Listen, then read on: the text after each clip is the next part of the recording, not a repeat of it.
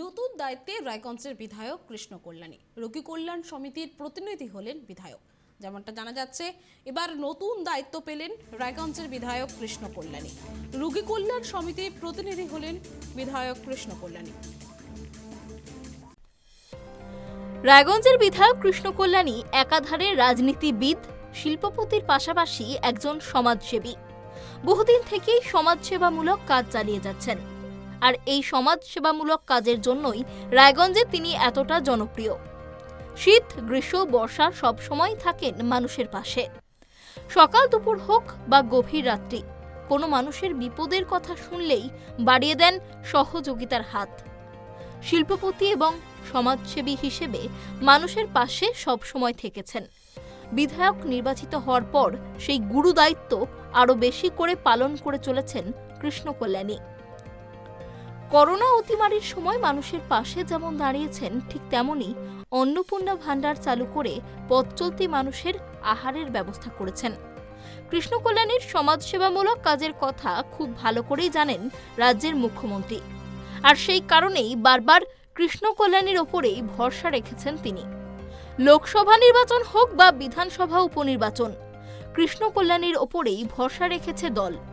পাশাপাশি 2023 সালের পঞ্চায়েত নির্বাচনে রায়গঞ্জে টিকিট বন্টনের ক্ষেত্রে কৃষ্ণ কল্যাণীর মতামতকেই গুরুত্ব দিয়েছে দল।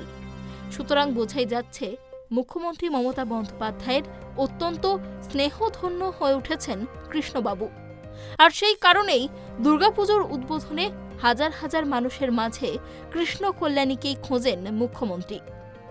এবার কৃষ্ণ কল্যাণীর মানুষের পাশে দাঁড়ানোর মানসিকতাকে আরও বেশি করে কাজে লাগানোর উদ্যোগ নিল রাজ্য সরকার।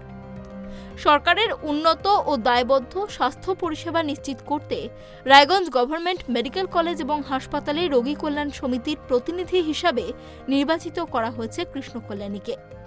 মুখ্যমন্ত্রীর উদ্যোগেই যে তাকে গভর্নমেন্ট মেডিকেল কলেজ এবং হাসপাতালে রোগী কল্যাণ সমিতির প্রতিনিধি হিসাবে নির্বাচিত করা হয়েছে তা খুব ভালো করেই জানেন রায়গঞ্জের বিধায়ক কৃষ্ণ কল্যাণী।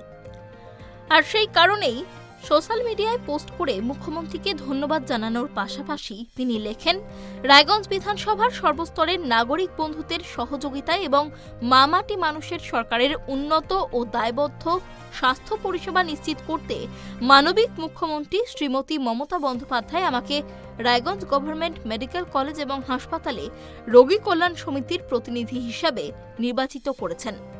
মুখ্যমন্ত্রীকে অসংখ্য কৃতজ্ঞতা জানাই আমাকে এই গুরু দায়িত্ব অর্পণ করার জন্য। Bureau report, tribe TV Bangla. প্রথমে আপনাদের মাধ্যমে আমি আমাদের মানবিক মুখ্যমন্ত্রী মমতা বন্দ্যোপাধ্যায়কে হৃদয়ের অন্তরস্থল থেকে ধন্যবাদ, কৃতজ্ঞতা জ্ঞাপন করছি। উনি আমার পুরো আস্থা রেখেছেন, বিশ্বাস রেখেছেন, আর আমারও দায়িত্ব অনেকখানি বেড়ে গেল। হ্যাঁ, যাতে আমি রায়গঞ্জ মেডিকেল কলেজের চিকিৎসার সুব্যবস্থা সহিত পরিষ্কার পরিচ্ছন্নতা, হ্যাঁ, সবকিছুতে যাতে রায়গঞ্জ মেডিকেল কলেজকে এগিয়ে নিয়ে যেতে পারি, তাতে আমাকে উত্তর দিনাজপুর জেলাবাসীরও সহযোগিতা লাগবে, যাতে সুচারুরূপে আমাদের রায়গঞ্জ মেডিকেল কলেজটা চলুক। তার জন্য সবাইকে নিজের কাঁধে রেসপন্সিবিলিটি নিতে হবে। হ্যাঁ, আমরা নিশ্চিত বিগত দিনেও আমি যখন ভাইস চেয়ারম্যান হয়েছিলাম রোগী কল্যাণ সমিতির, তখন হসপিটালের পরিকাঠামো অনেকটাই বদলাতে সক্ষম হয়েছিলাম। রায়গঞ্জবাসী তাতে আমাকে সহযোগিতা করেছিল। এবারও আমি আশা রাখি রায়গঞ্জবাসী আমাকে সহযোগিতা করবে, আর আমরা পুনরায় রায়গঞ্জ মেডিকেলের কলেজের যাতে পরিষ্কার পরিচ্ছন্ন থেকে চালু করে চিকিৎসা সুব্যবস্থা যাতে ভালোভাবে মানুষ পরিষেবা পায়, সেদিকটা আমরা বন্দোবস্ত করতে পারবো।